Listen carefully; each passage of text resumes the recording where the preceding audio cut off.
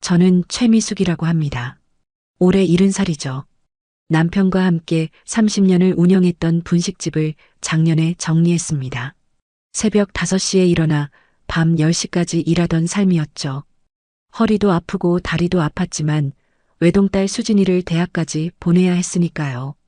이제는 서울 변두리 작은 아파트에서 혼자 살고 있습니다. 남편은 10년 전에 세상을 떠났거든요. 그날도 평소처럼 아파트 단지를 산책하고 있었습니다. 벤치에 앉아 햇볕을 쬐고 있는데 옆집 김 여사가 말을 걸더군요. 미숙 씨 딸은 요새 자주 오던데? 효녀라서 좋겠어. 사실 맞는 말이었습니다. 수진이가 최근 1년 사이 부쩍 자주 찾아왔거든요. 결혼하고 나서는 명절에나 얼굴 보던 딸이었습니다. 그런데 요즘은 일주일에 한두 번씩 들렀죠. 사위까지 데리고 와서 집안 이곳저곳을 고쳐주곤 했습니다. 엄마 밥 먹었어? 아픈 데 없어? 딸은 올 때마다 이렇게 물었습니다. 고급 과일도 사오고 건강식품도 챙겨왔죠. 사위는 막힌 싱크대를 뚫어주고 나간 전구도 갈아줬습니다. 동네 사람들이 부러워할 만했죠. 저는 속으로 생각했습니다. 내가 딸 하나는 잘 키웠구나. 그렇게 며칠이 지났습니다. 어느 날 오후 수진이에게서 전화가 왔습니다. 엄마, 이번 주 토요일에 저희 집 오실 수 있어요? 엄마한테 드릴 게 있어서. 목소리가 들떠 있었습니다. 뭔가 좋은 일이 있나 보다 싶었죠. 토요일이 됐습니다. 딸네 집 초인종을 누르자 사위가 환하게 웃으며 문을 열어줬습니다. 어머니, 어서 오세요. 거실 테이블에는 음식이 가득했습니다. 제가 좋아하는 잡채, 갈비찜, 배추전까지 다 있더군요. 어머, 이걸 언제 다 준비했니? 수진이는 저를 상석에 앉혔습니다. 밥을 먹는 내내 기분이 좋았죠. 딸이 해준 음식은 언제나 맛있었으니까요. 식사를 마치고 차를 마시는데 수진이가 갑자기 스마트폰을 꺼냈습니다. 화면에는 야자수가 늘어선 해변 사진이 보였습니다. 푸른 바다와 하얀 모래사장이었죠. 엄마, 이거 보세요. 하와이예요. 저는 무슨 말인지 몰랐습니다. 하와이가 뭐? 엄마 칠순 선물이에요. 하와이 일주일 여행. 머릿속이 하얘졌습니다. 무슨 소리야? 하와이가 얼마나 먼데, 그리고 그런데 가는 게 얼마나 비싼데. 사위가 옆에서 거들었습니다. 어머니, 평생 고생만 하셨잖아요. 이제 좀 쉬시면서 좋은 곳 구경하셔야죠. 수진이가 제 손을 잡았습니다. 엄마, 저희가 다 준비했어요. 항공권도 끊었고 5성급 호텔도 예약했어요. 엄마 덕분에 제가 대학도 가고 좋은 직장도 다니게 된 거잖아요. 이제 제가 엄마한테 보답할 차례예요. 눈물이 났습니다. 30년을 분식집에서 일했던 게 주마등처럼 스쳐 지나갔죠. 새벽에 밀가루 반죽하던 모습, 기름 튄 손등, 무릎 꿇고 바닥 닦던 날들. 우리 딸, 정말 컸구나. 저는 딸을 꼭 안았습니다. 집으로 돌아오는 버스 안에서도 계속 미소가 지어졌습니다. 옆자리 승객이 저를 이상하게 쳐다봤을 정도였죠. 하와이라니. 텔레비전에서만 보던 그곳을 제가 직접 가게 됐다니. 평생 서울 밖으로 나가본 적이 거의 없었거든요. 비행기도 한번 타본 적이 없었습니다. 다음 날 아침 저는 친구 모임에 갔습니다. 얘들아, 나 다음 주에 하와이 간다. 뭐? 하와이? 미숙이 내가? 우리 딸이 칠순 선물로 보내준대. 5성급 호텔에 일주일 동안. 할머니들이 부러워하며 난리가 났죠. 어머, 미숙이 딸 정말 효녀네. 요즘 그런 자식 흔치 않은데 복 받았어. 저는 어깨가 으쓱해졌습니다. 평생 남 앞에서 자랑할 일이 없었는데 그날만큼은 가슴을 펴고 다닐 수 있었죠. 일주일이 훌쩍 지나갔습니다. 출발 전날 밤이었습니다. 저는 캐리어에 짐을 꾸리고 있었죠. 여름옷 몇 벌, 세면도구, 상비약을 챙겼습니다. 그때 초인종이 울렸습니다. 엄마, 저예요. 문 열어주세요. 수진이었습니다. 이 밤에 왜 왔어? 딸은 환하게 웃으며 들어왔습니다. 엄마, 내일 일찍 출발하셔야 하니까 제가 미리 와서 체크해 드리려고요. 수진이는 제 캐리어를 펼쳐봤습니다. 그리고는 이것저것 더 챙겨 넣더군요. 선크림, 선글라스, 모자까지. 엄마, 하와이 햇빛 엄청 세요. 이거 꼭 바르셔야 해요. 짐을 다 꾸리고 나서 수진이가 조심스럽게 말했습니다. 엄마, 그리고 하나만 부탁드려도 될까요? 뭔데? 엄마 여행 가시는 동안 집 좀 관리하게 해주세요. 일주일이나 비우시면 먼지도 쌓이고 환기도 안 되잖아요. 제가 가끔 와서 창문도 열어주고 청소도 해드릴게요. 저는 고개를 끄덕였습니다. 그래, 그러면 좋지. 그럼 현관 비밀번호 좀 알려주세요. 엄마 안 계실 때 들어가야 하니까요. 저는 잠시 생각했습니다. 그리고는 메모지에 숫자를 적어 수진이에게 건넸죠. 여기, 이거야. 너만 알고 있어라. 에이, 당연하죠. 걱정 마세요. 수진이는 메모지를 받아 지갑에 넣었습니다. 엄마, 여행 잘 다녀오세요. 사진 많이 찍으시고요. 제가 내일 아침 공항까지 모시러 올게요. 딸이 나간 후 저는 침대에 누웠습니다. 가슴이 두근거렸죠. 설렘과 기대감으로 잠이 잘 오지 않았습니다. 하와이. 꿈만 같은 여행이 기다리고 있었으니까요. 저는 행복한 미소를 지으며 눈을 감았습니다. 그때 저는 몰랐죠. 이 행복이 곧 악몽으로 바뀔 거라는 사실을. 제가 믿었던 딸이 저를 어떻게 배신할지 말이에요. 다음 날 아침 수진이가 약속대로 공항까지 데려다 줬습니다. 인천공항은 정말 컸습니다. 저는 평생 이런 곳에 와본 적이 없었거든요. 엄마, 여기서 체크인 하시면 돼요. 저는 여기서 가볼게요. 좋은 여행 되세요. 수진이는 제 손을 꼭 잡고 작별 인사를 했습니다. 비행기에 오르는 순간 가슴이 벅찼죠. 창밖으로 보이는 구름들이 신기했습니다. 10시간쯤 지났을까요? 비행기가 하와이 호놀룰루 공항에 착륙했습니다. 공항 밖으로 나오니 따뜻한 바람이 불었습니다. 야자수가 길 양옆에 늘어서 있었죠. 와, 정말 하와이구나. 저는 감탄사를 연발했습니다. 호텔은 정말 멋졌습니다. 바다가 바로 보이는 방이었거든요. 침대도 푹신했고 욕실도 넓었죠. 첫날 저녁 저는 호텔 레스토랑에서 식사를 했습니다. 음식 이름은 잘 몰랐지만 다 맛있었습니다. 방으로 돌아와서 수진이에게 문자를 보냈습니다. 수진아, 엄마 잘 도착했어. 여기 정말 좋다. 고마워. 하지만 답장이 없었습니다. 바쁜가 보다 싶었죠. 저는 대수롭지 않게 넘겼습니다. 다음 날 아침 저는 호텔에서 제공하는 관광 프로그램에 참여했습니다. 다이아몬드 헤드라는 산에 올랐죠. 정상에서 본 바다는 정말 아름다웠습니다. 점심때는 유명하다는 팬케이크를 먹었습니다. 달콤하고 부드러웠죠.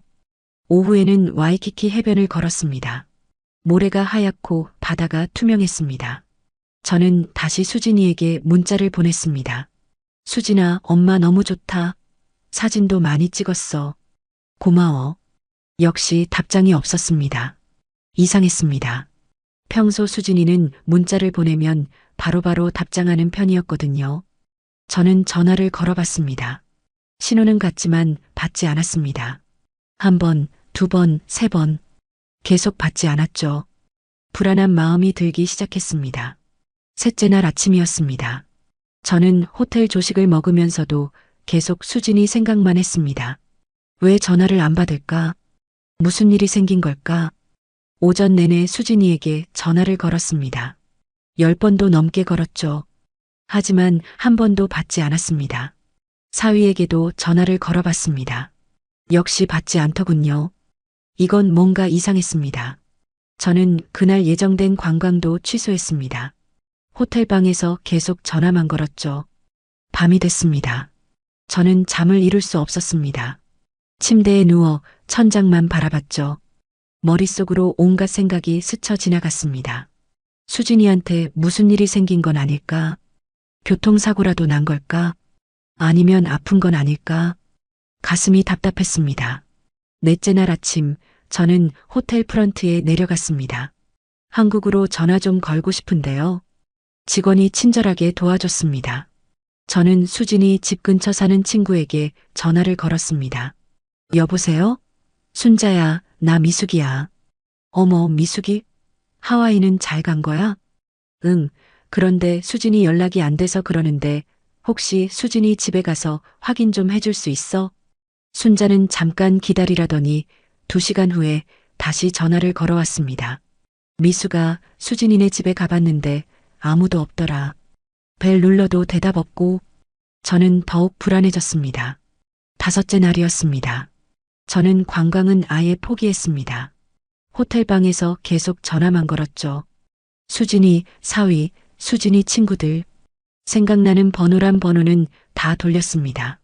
하지만 아무도 수진이 소식을 알려주지 못했습니다. 저는 밥도 제대로 먹지 못했습니다. 입맛이 없었거든요. 밤에는 악몽을 꿨습니다. 수진이가 어디론가 사라지는 꿈이었죠. 6째 날 아침 저는 결심했습니다. 더 이상 여기 있을 수 없었습니다. 뭔가 잘못됐다는 확신이 들었거든요. 저는 호텔 프런트로 내려갔습니다. 항공권을 바꿀 수 있나요? 오늘 당장 한국으로 돌아가고 싶은데요. 직원은 난처한 표정을 지었습니다. 손님, 오늘은 비행기 자리가 없는데요. 내일 오전편은 어떠세요? 저는 고개를 끄덕였습니다. 하루라도 빨리 돌아가야 했습니다. 그날 밤 저는 짐을 쌌습니다. 가져온 옷도 제대로 입어보지 못했습니다. 사진도 몇 장 찍지 못했죠.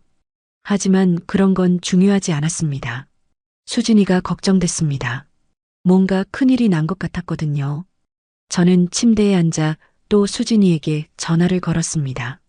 역시 받지 않았습니다. 수진아, 엄마야. 무슨 일이야? 왜 전화를 안 받니? 엄마 걱정돼서 미치겠다. 전화 좀 해라. 저는 음성 메시지를 남겼습니다. 목소리가 떨렸죠. 7째 날 새벽 저는 공항으로 향했습니다. 비행기 안에서도 불안했습니다. 10시간이 너무 길게 느껴졌죠. 기내식도 먹지 않았습니다. 목으로 넘어가지 않았거든요. 계속 창밖만 바라봤습니다. 빨리 한국에 도착하고 싶었습니다. 빨리 집에 가서 수진이를 만나고 싶었죠. 비행기가 인천공항에 착륙했습니다. 저는 서둘러 입국 수속을 마쳤습니다. 공항에서 나와 택시를 탔습니다. 기사님, 빨리 가주세요. 저는 조급한 마음에 계속 시계만 봤습니다.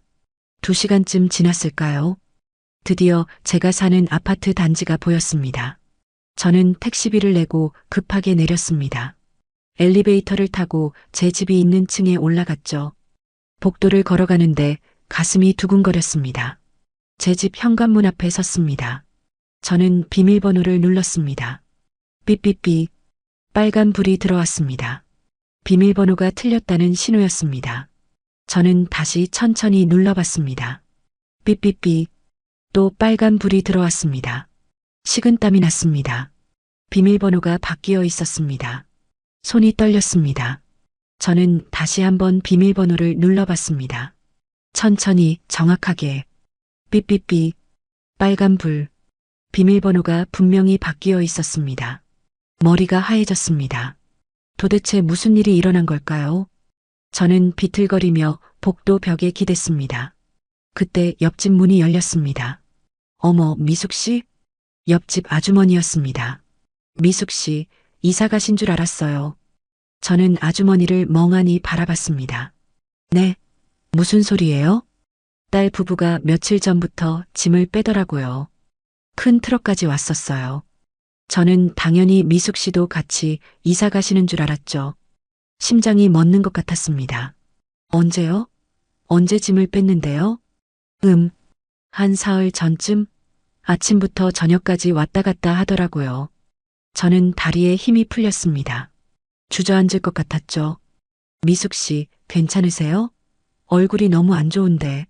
아주머니가 걱정스럽게 저를 부축했습니다. 저는 떨리는 손으로 핸드폰을 꺼냈습니다. 수진이에게 전화를 걸었습니다. 신호가 갔습니다. 한참을 기다렸죠. 드디어 전화가 연결됐습니다. 여보세요? 수진이 목소리였습니다. 수진아, 너 지금 어디야? 엄마 집 비밀번호가 왜 바뀐 거야? 저는 소리를 질렀습니다. 수진이는 한참 동안 말이 없었습니다. 엄마, 죄송해요. 목소리가 작았습니다. 죄송하긴 뭐가 죄송해. 도대체 무슨 짓을 한 거야? 엄마, 저희가 급하게 사업 자금이 필요했어요. 저는 귀를 의심했습니다. 사업 자금? 그게 무슨 소리야? 엄마 집을 담보로 대출을 받았어요. 그리고 저희가 그 집에 들어가서 살고 있어요. 머리를 망치로 맞은 것 같았습니다. 뭐라고? 엄마는 제가 구한 원룸에서 당분간만 계세요. 주소 문자로 보내드릴게요. 저는 믿을 수가 없었습니다. 아니, 대체 그게 무슨 소리야? 지금 무슨 짓을 한 거야? 목소리가 떨렸습니다. 분노와 배신감이 한꺼번에 밀려왔죠. 엄마, 저희도 어쩔 수 없었어요. 사업이 너무 힘들어서. 어쩔 수 없긴 뭐가 어쩔 수 없어. 그럼 엄마한테 말을 하든가. 왜 몰래 이런 짓을 한 거야? 저는 소리를 지르고 있었습니다. 복도에 제 목소리가 울려 퍼졌죠. 엄마, 나중에 다시 얘기해요. 저 지금 바빠서. 야, 최수진. 전화가 끊겼습니다. 저는 멍하니 서 있었습니다. 핸드폰을 쥔 손이 부들부들 떨렸죠. 미숙 씨, 일단 우리 집에 들어와서 앉아요. 물이라도 한 잔 드세요. 옆집 아주머니가 저를 자기 집으로 데려갔습니다. 저는 소파에 앉았습니다. 아니, 주저앉았습니다. 아주머니가 물을 가져다 줬지만 마실 수가 없었습니다. 손이 너무 떨려서 컵을 잡을 수조차 없었거든요. 도대체 무슨 일이에요? 아주머니가 조심스럽게 물었습니다. 저는 말할 수가 없었습니다. 입이 떨어지지 않았죠. 내가 평생 모아서 산 집, 30년을 분식집에서 허리 굽혀 일해서 산 그 집을 딸이 빼앗아 갔습니다. 제가 하와이에 간 사이에 말이죠. 하와이 여행도 다 계획이었습니다. 저를 일주일 동안 멀리 보내놓고 그 사이에 집을 빼앗으려고 꾸민 일이었던 거죠. 비밀번호를 알려달라던 것도, 집 청소를 해주겠다던 것도 다 거짓말이었습니다. 저는 옆집 아주머니 집에서 한참을 울었습니다. 눈물이 멈추질 않았죠. 미숙 씨, 경찰에 신고하세요. 이건 명백한 범죄잖아요. 아주머니가 말했습니다. 하지만 저는 고개를 저었습니다. 그건 제 딸이었습니다. 제가 낳아서 키운 딸이었죠. 1시간쯤 지났을까요? 저는 겨우 정신을 차렸습니다. 아주머니, 괜찮아요. 제가 이만 가볼게요. 어디 가시게요? 집도 못 들어가잖아요. 일단 찜질방이라도 가 있어야죠. 저는 비틀거리며 일어났습니다. 캐리어를 끌고 아파트를 나왔습니다. 어디로 가야 할지 막막했습니다. 근처 찜질방으로 갔습니다. 거기라도 가서 하루를 보내야 했으니까요. 찜질방 매트에 누웠습니다. 천장을 멍하니 바라봤죠. 수진이 어렸을 때가 생각났습니다. 엄마, 나 커서 엄마한테 큰 집 사줄 거야. 초등학교 때 수진이가 했던 말이었습니다.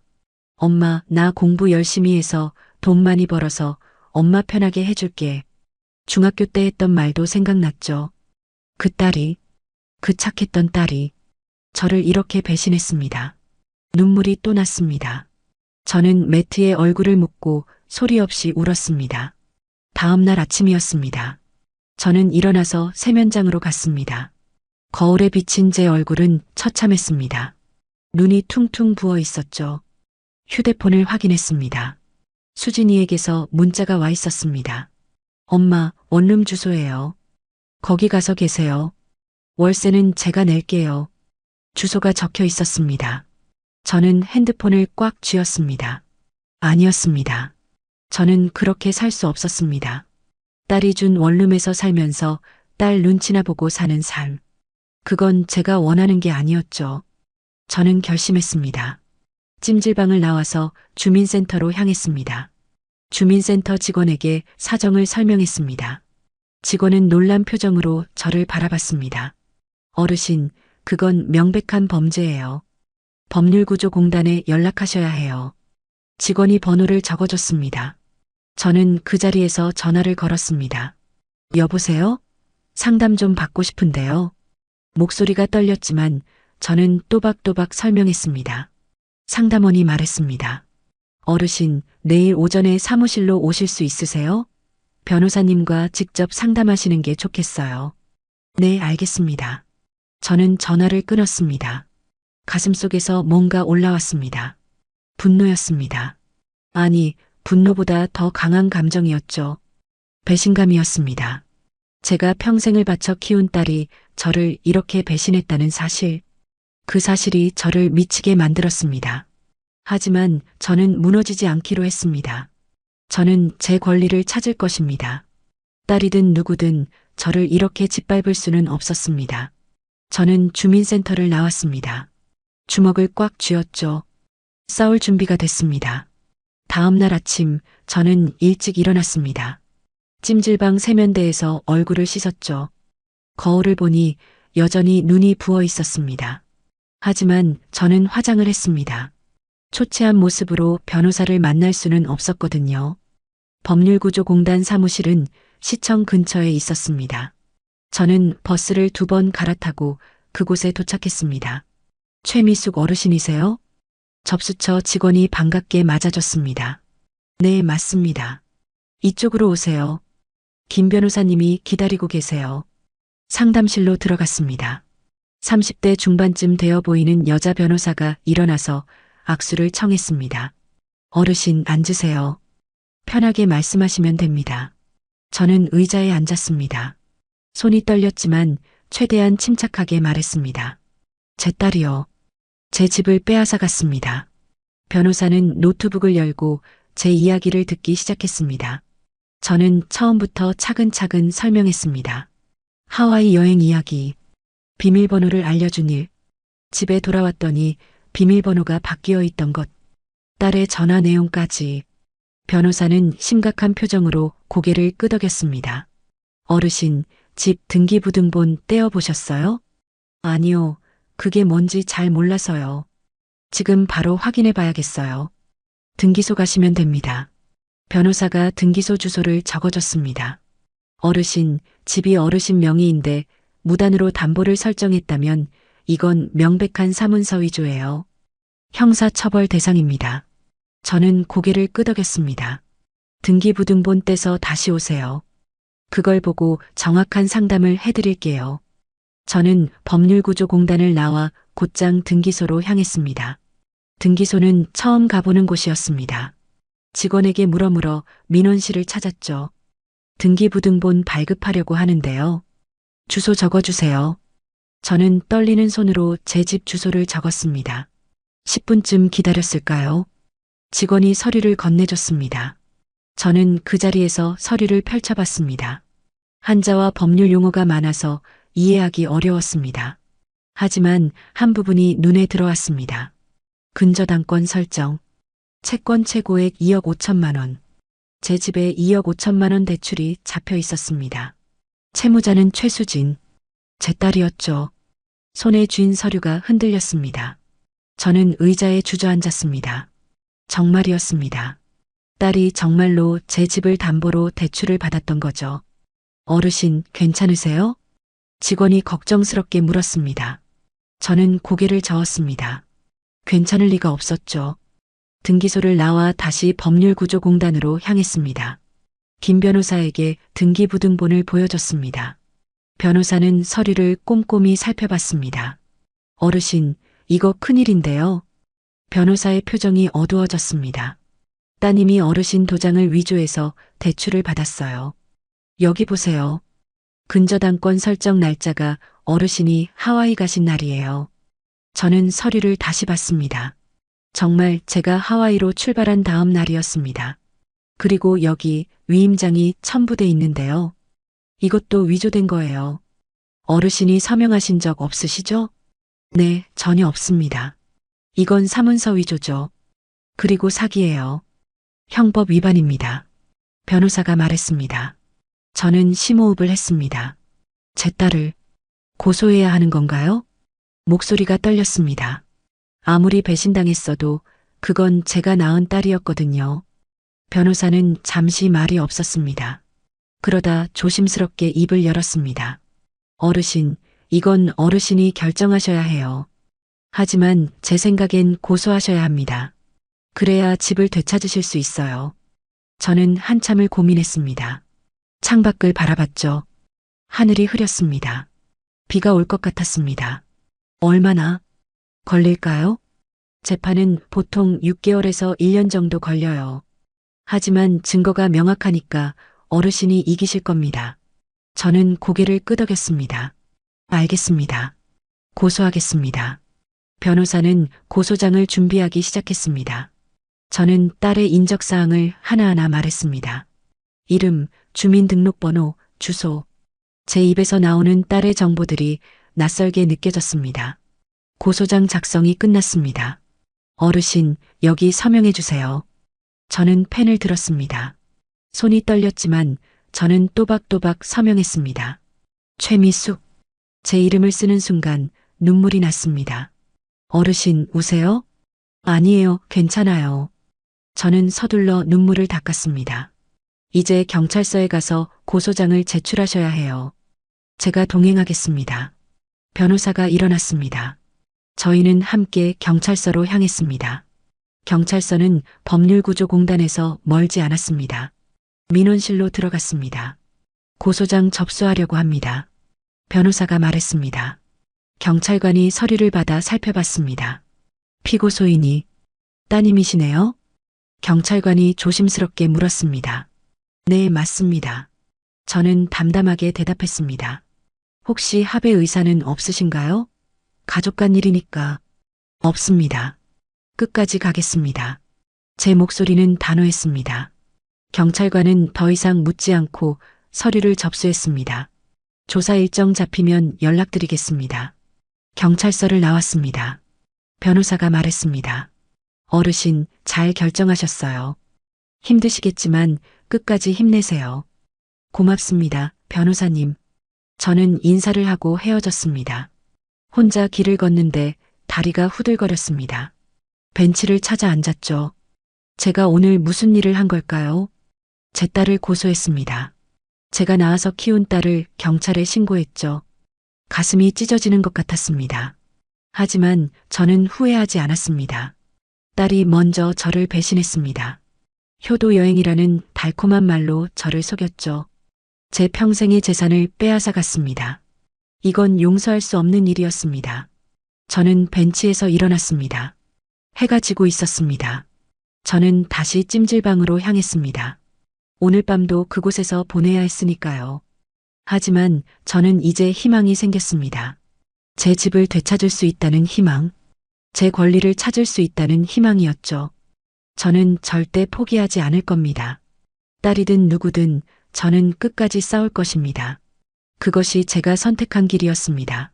일주일 후 경찰서에서 연락이 왔습니다. 최미숙 어르신이세요? 피고소인 조사 일정이 잡혔습니다. 내일 오전 10시에 오실 수 있으세요? 저는 긴장했지만 침착하게 대답했습니다. 네, 가겠습니다. 다음 날 아침 저는 경찰서로 향했습니다. 김 변호사도 함께 와주기로 했습니다. 조사실 앞에서 변호사를 만났습니다. 어르신, 오늘은 제가 같이 들어가서 도와드릴게요. 고맙습니다. 조사실 문이 열렸습니다. 안에는 형사 한 명이 앉아 있었습니다. 최미숙 어르신, 앉으세요. 저는 의자에 앉았습니다. 형사가 서류를 펼쳐놓고 질문을 시작했습니다. 하와이 여행 가시기 전에 따님에게 현관 비밀번호를 알려주셨다고요? 네, 맞습니다. 딸이 집 청소를 해주겠다고 해서요. 그런데 집 담보대출에 대해서는 전혀 모르셨고요? 네, 전혀 몰랐습니다. 저는 그런 서류에 서명한 적도 없어요. 형사는 계속 질문했습니다. 저는 하나하나 대답했죠. 조사는 2시간 넘게 이어졌습니다. 알겠습니다. 다음 주에 피고소인을 소환하겠습니다. 조사가 끝났습니다. 저는 경찰서를 나와 변호사와 커피숍에 갔습니다. 어르신, 오늘 잘하셨어요. 이제 따님 측 조사가 남았어요. 수진이가 뭐라고 할까요? 저는 불안했습니다. 아마 어르신이 구두로 허락했다고 주장할 겁니다. 하지만 증거가 없으면 소용없어요. 변호사의 말이었습니다. 그로부터 사흘 후 제 휴대폰이 울렸습니다. 수진이었습니다. 저는 잠시 망설였지만 전화를 받았습니다. 엄마. 수진이 목소리가 떨리고 있었습니다. 엄마, 왜 이러세요? 경찰서에서 나오라고 하던데요. 내가 한 짓을 생각해봐. 당연한 거 아니니? 제 목소리는 차갑게 식어 있었습니다. 엄마, 저희가 사과할게요. 고소 취하해 주세요. 제발이요. 수진이가 애원했습니다. 하지만 저는 마음이 움직이지 않았습니다. 안 돼. 너는 대가를 치러야 해. 엄마, 제발이요. 저 전과자 되면 회사에서 잘려요. 제발 한 번만 용서해 주세요. 수진이가 울먹였습니다. 예전에 저였다면 마음이 약해졌을지도 모릅니다. 하지만 지금은 달랐습니다. 수진아, 내가 먼저 엄마를 배신했어. 용서는 없다. 저는 전화를 끊었습니다. 그날 밤 저는 잠을 이룰 수 없었습니다. 수진이의 울음소리가 귓가에 맴돌았죠. 하지만 저는 흔들리지 않기로 했습니다. 2달이 지났습니다. 경찰 조사가 모두 끝났고 검찰로 사건이 넘어갔습니다. 그리고 또 3달이 지났습니다. 검찰에서 기소 결정이 났다는 연락을 받았습니다. 수진이는 사문서 위조와 사기죄로 재판을 받게 됐습니다. 첫 재판 날이 잡혔습니다. 저는 법원 방청석에 앉아 있었습니다. 김 변호사가 옆에 앉아 있었죠. 법정 문이 열렸습니다. 수진이가 들어왔습니다. 딸을 본 순간 가슴이 철렁했습니다. 수진이는 많이 야위어 있었습니다. 얼굴도 창백했죠. 수진이가 저를 봤습니다. 눈물이 그렁그렁 맺혀 있었습니다. 하지만 저는 눈을 돌렸습니다. 재판이 시작됐습니다. 판사가 수진이에게 물었습니다. 피고인, 공소 사실을 인정합니까? 수진이의 변호사가 일어났습니다. 재판장님, 저희 의뢰인은 어머니로부터 구두로 집 담보 설정 허락을 받았습니다. 저는 자리에서 벌떡 일어났습니다. 그건 거짓말이에요. 판사가 저를 제지했습니다. 고소인, 진정하세요. 차례가 되면 말씀하실 수 있습니다. 저는 다시 앉았습니다. 검사가 증거를 제출하기 시작했습니다. 은행 거래 내역이 나왔습니다. 제가 하와이에 있던 날짜에 대출이 실행됐다는 기록이었죠. 등기소 CCTV 영상도 나왔습니다. 수진이와 사위가 서류를 접수하는 모습이 찍혀 있었습니다. 이웃 증인도 출석했습니다. 옆집 아주머니였습니다. 증인, 피고인이 짐을 빼는 걸 보셨습니까? 검사가 물었습니다. 네, 봤습니다. 트럭까지 와서 짐을 실어 갔어요. 고소인인 최미숙 씨는 그때 어디 계셨습니까? 하와이에 여행 가셨다고 들었어요. 증인 신문이 끝났습니다. 검사가 말했습니다. 재판장님, 피고인은 고소인이 해외에 있는 틈을 타서 계획적으로 범행을 저질렀습니다. 엄중한 처벌이 필요합니다.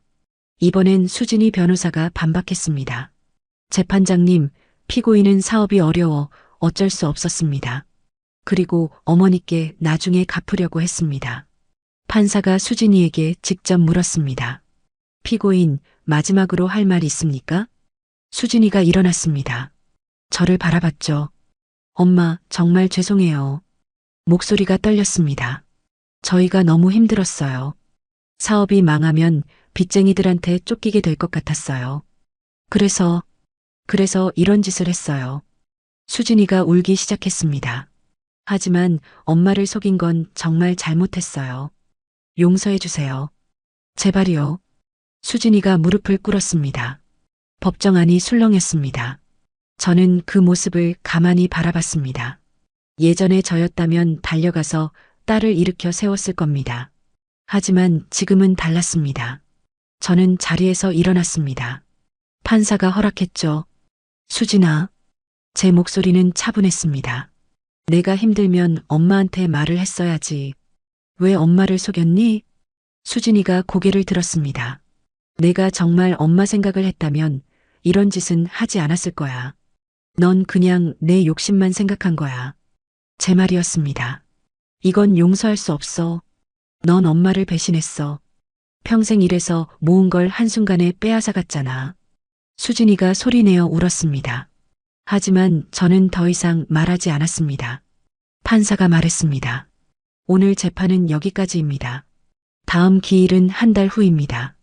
법정을 나왔습니다. 다리가 후들거렸지만 저는 꿋꿋이 걸었습니다. 변호사가 말했습니다. 어르신, 오늘 잘하셨어요. 다음 재판에서 판결이 날 겁니다. 한 달이 지났습니다. 최종 판결 날이었습니다.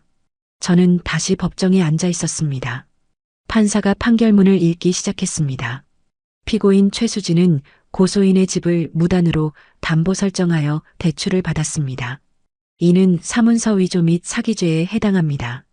법정이 조용했습니다. 다만 피고인이 깊이 반성하고 있고 초범인 점을 고려하여 징역 2년에 집행유예 3년을 선고합니다. 수진이는 그 자리에 주저앉았습니다. 그리고 피고인은 고소인의 집에서 즉시 퇴거하고 대출금 전액을 변제하라. 판결이 끝났습니다. 저는 이겼습니다. 법정을 나왔습니다. 햇살이 눈부셨습니다.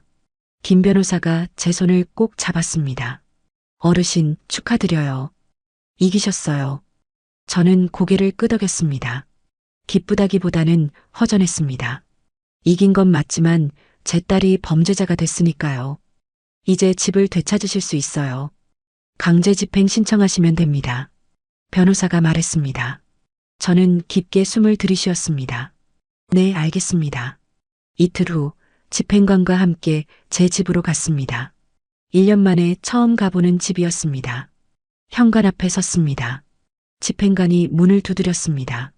강제 집행입니다. 문 열어주세요. 잠시 후 문이 열렸습니다. 수진이었습니다. 딸은 더 야위어 있었습니다. 머리도 헝클어져 있었죠. 엄마. 수진이가 저를 봤습니다. 저는 눈을 피했습니다. 집행관이 말했습니다. 판결문에 따라 즉시 퇴거하셔야 합니다. 수진이는 아무 말도 하지 않았습니다. 그저 고개만 숙이고 있었죠. 사위가 안에서 나왔습니다. 어머니. 사위도 저를 불렀지만 저는 대답하지 않았습니다. 짐은 이미 다 쌌습니다. 지금 나가겠습니다. 사위가 말했습니다. 두 사람은 캐리어 2개를 끌고 나왔습니다. 1년 전에 가득 실어갔던 짐에 비하면 너무 초라했습니다. 수진이가 제 앞에서 멈췄습니다. 엄마, 정말 죄송해요. 용서해 주세요. 목소리가 떨렸습니다. 저는 딸을 똑바로 쳐다봤습니다. 수진아, 넌 내가 한 일의 대가를 치른 거야. 당연한 거지. 제 목소리는 단호했습니다. 수진이가 울먹였지만 저는 더 이상 보지 않았습니다. 두 사람은 엘리베이터를 타고 내려갔습니다. 집행관이 제게 열쇠를 건넸습니다. 이제 어르신 집입니다. 저는 열쇠를 받아들었습니다. 차갑고 무거웠죠. 집 안으로 들어갔습니다. 1년 만에 들어가는 제 집이었습니다. 하지만 낯설었습니다. 가구 배치도 바뀌어 있었고 벽지도 새로 발랐더군요. 거실을 둘러봤습니다. 수진이가 살았던 흔적들이 여기저기 남아 있었습니다. 저는 소파에 앉았습니다. 눈물이 났습니다. 이겼습니다. 제 집을 되찾았죠. 하지만 기쁘지 않았습니다. 제가 평생 키운 딸을 잃었으니까요. 한참을 울었습니다. 그렇게 1시간쯤 지났을까요? 저는 눈물을 닦고 일어났습니다. 창문을 열었습니다. 바람이 들어왔습니다. 저는 생각했습니다. 제가 잘한 걸까요? 아니면 잘못한 걸까요? 하지만 곧 고개를 저었습니다. 아니었습니다. 저는 잘못하지 않았습니다.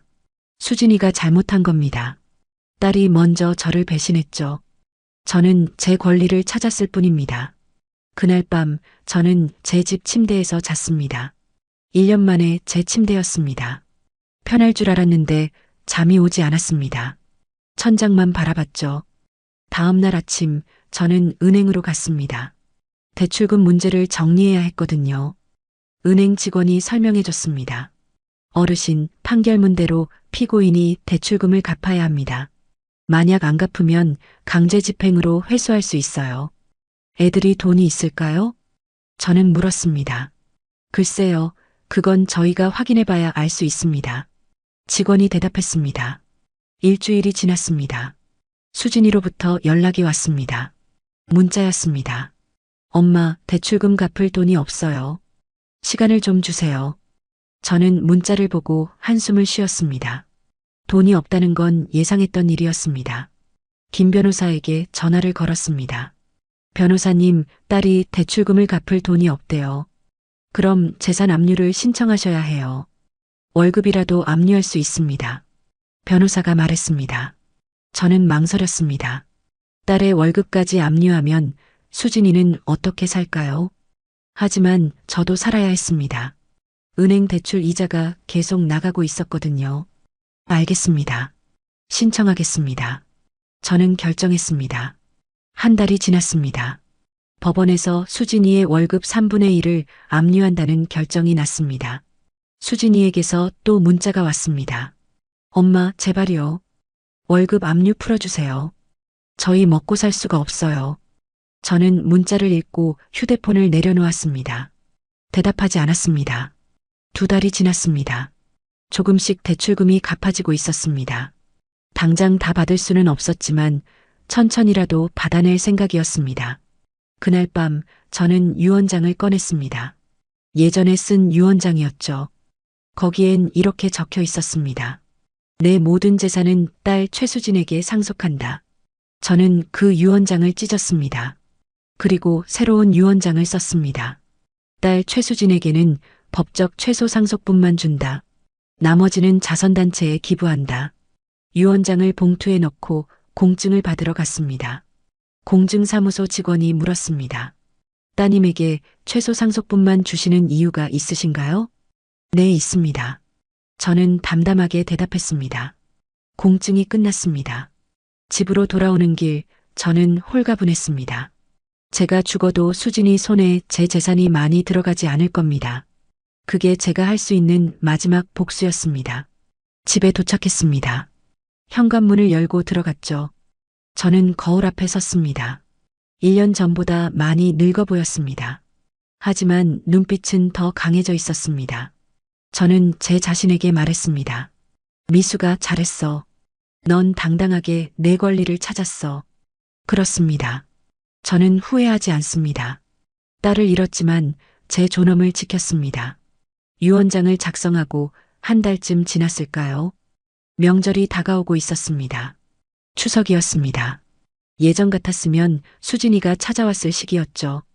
하지만 올해는 달랐습니다. 저는 혼자 차례상을 차렸습니다. 남편 사진 앞에 음식을 놓고 절을 했죠. 여보, 우리 딸이 이렇게 됐어요. 남편 사진을 보며 말했습니다. 눈물이 났지만 참았습니다. 추석 당일 아침이었습니다. 초인종이 울렸습니다. 인터폰 화면을 봤습니다. 수진이었습니다. 딸은 한복을 입고 있었습니다. 손에는 과일 바구니를 들고 있었죠. 저는 인터폰을 끄고 문을 열지 않았습니다. 수진이가 문 밖에서 말했습니다. 엄마, 저 수진이에요. 명절인데 인사드리러 왔어요. 문 열어주세요. 저는 대답하지 않았습니다. 엄마, 제발요. 한 번만 용서해 주세요. 엄마 보고 싶어요. 수진이 목소리가 떨렸습니다. 하지만 저는 꿈쩍하지 않았습니다. 1시간쯤 지났을까요? 수진이는 결국 돌아갔습니다. 문 앞에 과일 바구니를 놓고 갔더군요. 저는 한참 후에 문을 열었습니다. 과일 바구니를 집어들었습니다. 무거웠습니다. 하지만 저는 그걸 경비실에 갖다 줬습니다. 경비 아저씨, 이거 드세요. 어머, 괜찮으세요? 네, 저는 필요 없어요. 집으로 돌아왔습니다. 가슴이 아팠지만 저는 제 선택을 후회하지 않았습니다. 그 후로도 수진이는 가끔 찾아왔습니다. 하지만 저는 한 번도 문을 열어주지 않았습니다. 문자도 자주 왔습니다. 엄마, 보고 싶어요. 엄마, 죄송해요. 엄마, 용서해 주세요. 저는 읽기만 하고 답장하지 않았습니다. 전화도 받지 않았죠. 석 달이 지났습니다. 저는 지역 신문사에 연락했습니다. 제 이야기를 기고하고 싶습니다. 신문사 기자가 집으로 찾아왔습니다. 저는 처음부터 끝까지 이야기했습니다. 하와이 여행, 배신, 재판, 그리고 승소까지. 기자는 진지하게 메모했습니다. 어르신, 이 이야기 꼭 써도 될까요? 많은 분들에게 경각심을 줄 것 같습니다. 네, 그래서 말씀드리는 겁니다. 저 같은 피해자가 더 이상 나오지 않았으면 좋겠어요. 일주일 후 신문에 기사가 실렸습니다. 제목은 이랬습니다. 효도 사기 조심하세요. 70세 할머니의 경고. 기사는 생각보다 큰 반향을 일으켰습니다. 지역 방송에서도 연락이 왔습니다. 인터뷰 좀 해주실 수 있으세요? 저는 응했습니다. 방송국에 가서 제 이야기를 했습니다. 자식이라고 무조건 믿으면 안 됩니다. 저처럼 당할 수 있어요. 제 말이었습니다. 방송이 나간 후 많은 분들이 연락을 주셨습니다. 저도 비슷한 일을 겪었어요. 제 이야기도 들어주실 수 있나요? 저는 그분들을 만났습니다. 경로당에서 모임을 만들었죠. 효도 사기 피해자 모임이었습니다. 10명 남짓한 어르신들이 모였습니다. 다들 자식에게 배신당한 분들이었습니다. 저희는 서로의 이야기를 나눴습니다. 위로했고 조언했습니다. 법률구조공단에 가보세요. 포기하지 마세요. 싸워야 합니다. 저는 제 경험을 나눠드렸습니다. 시간이 흘렀습니다. 어느덧 1년이 지났습니다. 재판이 끝난 지 1년이었죠. 저는 이제 평범한 일상으로 돌아왔습니다. 매일 아침 산책을 하고 친구 모임에 가서 친구들과 시간을 보냈습니다. 피해자 모임도 계속 이어갔죠. 어느 날 수진이에게서 편지가 왔습니다. 우편함에서 꺼낸 편지 봉투는 두툼했습니다. 저는 한참을 망설였습니다. 그러다 결국 뜯었습니다. 편지지 여러 장이 들어 있었습니다. 수진이의 글씨였습니다. 엄마, 저 수진이에요. 편지 읽어주셔서 감사해요. 편지는 이렇게 시작됐습니다. 엄마, 정말 죄송해요. 매일 후회하며 살고 있어요. 제가 얼마나 큰 잘못을 저질렀는지 이제야 알겠어요. 엄마가 평생 일하시며 모은 돈을 제가 한순간에 빼앗아 갔죠. 용서받을 자격이 없다는 걸 압니다. 하지만 엄마, 저는 여전히 엄마가 보고 싶어요. 편지를 읽는데 눈물이 났습니다. 하지만 저는 편지를 접었습니다. 서랍에 넣어두고 다시 꺼내보지 않았습니다. 늦었습니다. 이미 너무 늦었죠. 또 몇 달이 지났습니다. 저는 동네 복지관에서 봉사활동을 시작했습니다. 독거노인 분들께 도시락을 배달하는 일이었죠. 할머니, 오늘 도시락 가져왔어요. 어머, 고마워요. 미숙 씨, 저보다 더 나이 드신 분들이 많았습니다. 그분들을 보면서 저는 생각했습니다. 제가 아직 건강해서 다행이다. 제가 아직 싸울 힘이 있어서 다행이다. 만약 제가 더 나이 들었거나 아팠다면 수진이에게 당하고도 아무것도 못했을 겁니다. 봉사활동을 하며 보람을 느꼈습니다. 제 삶에 새로운 의미가 생긴 것 같았죠. 어느 날 동네에서 수진이를 마주쳤습니다. 수진이도 저를 봤습니다. 딸은 걸음을 멈췄습니다. 엄마, 저도 멈춰섰습니다. 한참을 서로 바라봤습니다. 수진이는 많이 변해 있었습니다. 머리에 흰머리가 섞여 있었고 얼굴도 수척했죠. 엄마, 잘 지내세요? 수진이가 조심스럽게 물었습니다. 저는 고개를 끄덕였습니다. 너도? 네. 저도 잘 지내요. 거짓말이었습니다. 수진이 얼굴을 보니 잘 지내지 못하는 게 분명했죠. 하지만 저는 더 이상 묻지 않았습니다. 그래, 잘 지내. 저는 돌아서서 걸어갔습니다. 뒤돌아보지 않았습니다. 집에 돌아와서 창문을 열었습니다. 바람이 불어왔습니다. 저는 생각했습니다. 제가 잘한 걸까요? 너무 냉정했던 걸까요? 하지만 곧 고개를 저었습니다. 아니었습니다. 수진이가 저를 배신했을 때 딸도 저에게 냉정했습니다. 저를 하와이에 보내놓고 집을 빼앗아 갔을 때 딸은 제 눈물을 생각하지 않았죠. 저는 제가 받은 만큼 돌려준 것뿐입니다. 저는 창문을 닫았습니다. 거울 앞에 섰습니다. 1년 전보다 더 늙어 보였지만 눈빛만은 흔들리지 않았습니다. 미수가, 넌 잘했어. 스스로에게 말했습니다. 넌 당당하게 내 인생을 살았어. 후회 없어. 그랬습니다. 저는 후회하지 않습니다. 제가 키운 자식이 저를 배신했지만 저는 무너지지 않았습니다. 싸웠고 이겼습니다. 제 권리를 찾았고 제 존엄을 지켰습니다.